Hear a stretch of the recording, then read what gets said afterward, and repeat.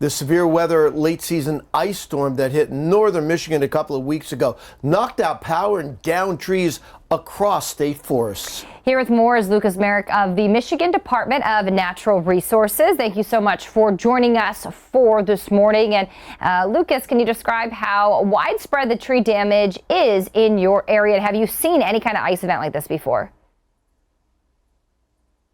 Around 3 million acres of northern Michigan forest has been impacted by the ice storm. Close to 1 million acres of this state is state forest land. There are treetops, limbs, and whole trees laying on the ground everywhere. No, I've never seen an event as big or as devastating as this. There are acres and acres of trees basically just snapped in half.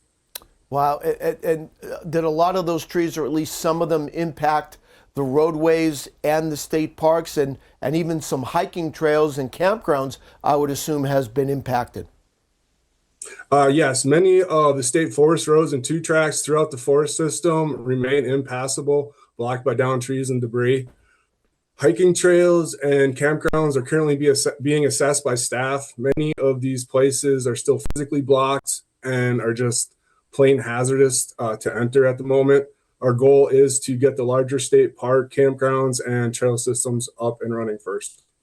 We still are just so astonished by some of the video, and we've never seen anything like that either, of course. And do you know if any of the timber can be salvaged, and will this debris become a wildfire hazard, do you think? Well, absolutely. These areas can be salvaged. We have staff assessing the heavily damaged areas first. The dead woody debris will have many positive impacts for Michigan forests, but these treetops and branches, they will begin to dry out, and the potential for intense ground fires will increase throughout the next several years. I have to ask you here, those trees that have been snapped then, are all those trees then going to die that have been snapped? Will they grow back? But what happens to them? Well, we're going to continue to gather information and assess our priorities. Many of the trees that have been snapped in half will die.